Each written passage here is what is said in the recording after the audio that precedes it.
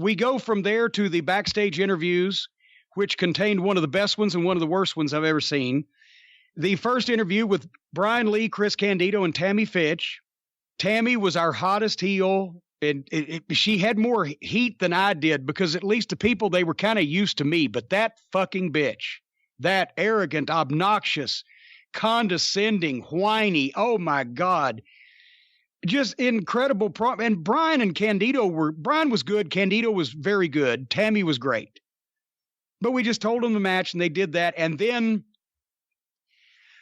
on the opposing side of the thing, here comes Rock and Roll Express, and they brought in Ricky Gibson. Yeah.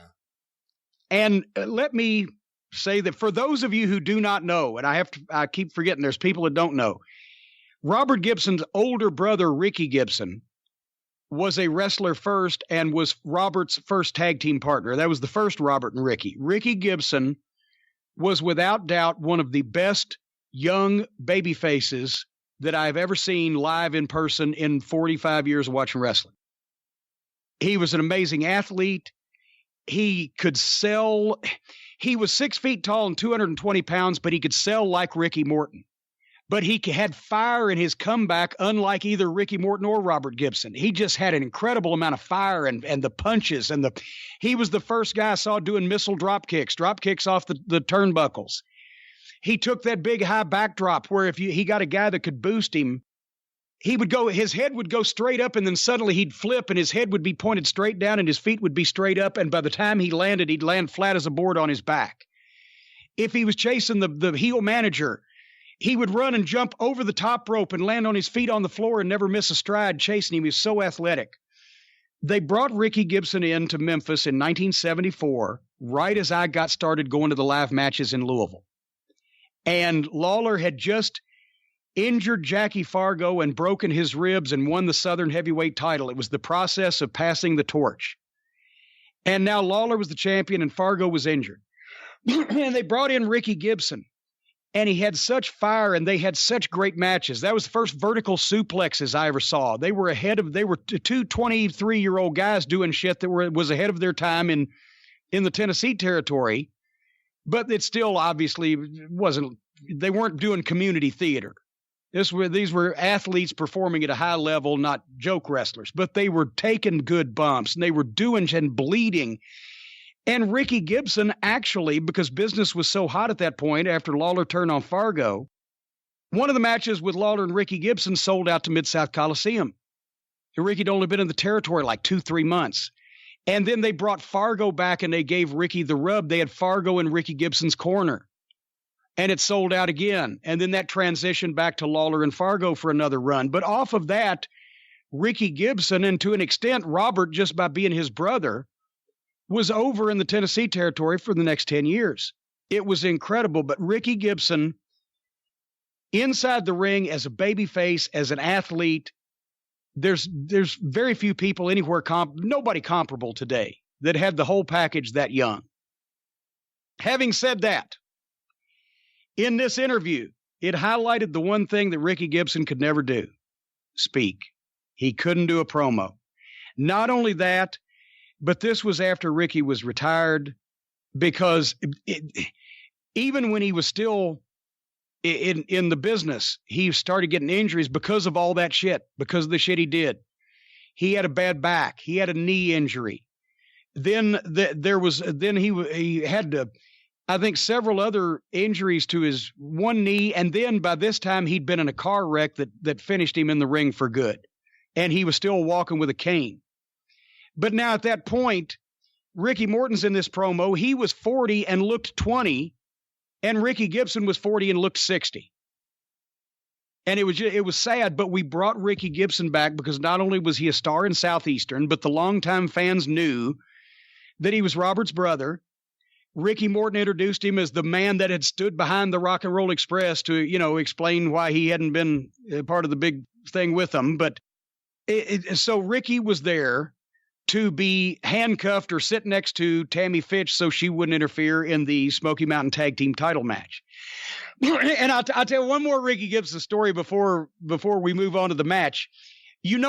I've told you this story, haven't I? He was involved in the single greatest wrestling angle I've ever seen for believability. Do you know which one it was? I'm not sure. Was it the one about making fun of his mom?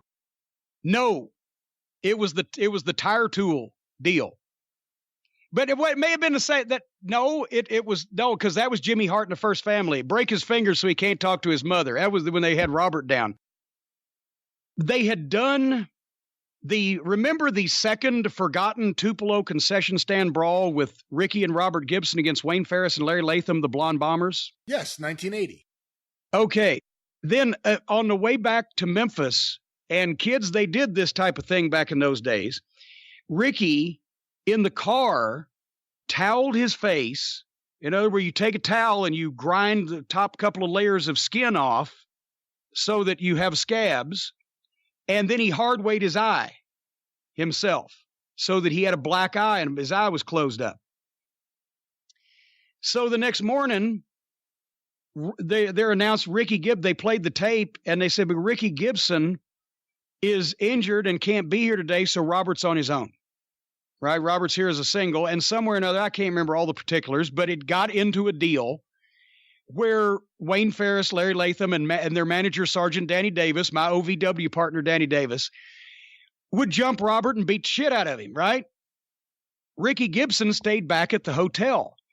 Back in those days, the babyfaces stayed at the Admiral Benbow, which was down not far from Channel 5, but anyway, a bunch of the girls used to get rooms there on Friday nights because they knew the guys that came back from the Tupelo or the spot shows or wherever on Friday night, stayed there and then did Memphis TV the next morning. So most of the girls, they didn't have tickets to the studio. You had to write in and get those and bullshit. And they didn't go to the matches on Friday night unless they were from out of town and then came into Memphis. But the Memphis girls would just get the rooms and have the cold cuts and the beer on ice and all that stuff on Friday night ready to go when the guys got in. Whether it was the babyface group of girls that went to the babyface hotel or the heel group of girls that went to the heels hotel. Anyway. Did any of the girls ever turn from the babyface side to the heel side and join the other squad? Well, yes, sometimes they would actually be double agents, but the thing is they wouldn't admit. But no, they wouldn't admit to the heels that they were fucking with the baby faces. They wouldn't admit to the baby face they were fucking with the heels because they were afraid they would get cast off by the other side. But anyway, so Ricky Gibson is in his room, and some of the girls are hanging out watching the wrestling show with him because it's live on Channel 5, right? Live as it happens. So he's got 4 or 5 girls in his room, and they're watching the wrestling show. And the fucking Blonde Bombers jump Robert and beat the shit out of him. And he fucking gets up and goes, motherfucker, and he grabs his car keys and he storms out, right? And this is when you walked out the fucking hotel door, you're in the parking lot if you're on the first floor, right? He storms out the door of the hotel, opens his trunk of his car, gets a fucking tire tool out where they can see it. Now they're shitting, Ricky, no, motherfuckers. Gets in the car with the tire tool and fucking cuts mud and fucking peels rubber out of the fucking parking lot, right? And the girls are like, oh shit, what the fuck? They keep watching the wrestling show. About 10 minutes later, there's a segment where the Blonde Bombers are having their tag match with a couple of job guys, right? And Sergeant Danny is sitting at ringside, and Danny at the time, because he's the sergeant, he has the Army helmet on. All of a sudden, the girls in Ricky Gibson's room see Ricky Gibson bust into the fucking studio carrying the tire tool that they had just seen him get out of the trunk of his car, and he hits the fucking ring. And Ferris and Latham dive out, and they're running everywhere, and Danny stands up, and he's about to run, and Ricky gets through the ropes and takes that tire tool and raises it, and he's standing on the apron. Danny's on the floor, right? Danny looks up, and I've asked him about this afterwards. Because he did, I mean, this was not called. It was like Ricky Gibson's going to hit the ring with a tire tool. You're on your own. He saw Ricky coming down with that tire tool, and he grabbed that helmet and raised it up off his head about 3 inches or so. When Ricky hit that helmet with that tire tool, it put a fucking hole in it. As big as a goddamn walnut. The end with the thing that turns the fucking lug nuts went straight through that fucking helmet. If Danny hadn't raised it up off his head, it would have gone an inch into his fucking skull. Wow. The girls believed that angle. And they were fucking all these guys. And they knew what they were like outside the ring. But they still were not smart. Nobody officially talked smart to them. And even though they could still see when some things were not right, they were fucking shit, and they were afraid Ricky was going to go to fucking jail, or did they call the cops, et cetera, et cetera. And so at that point, you did have sometimes a situation where even the girls that are sleeping with these guys were convinced that what they were seeing was real in front of them.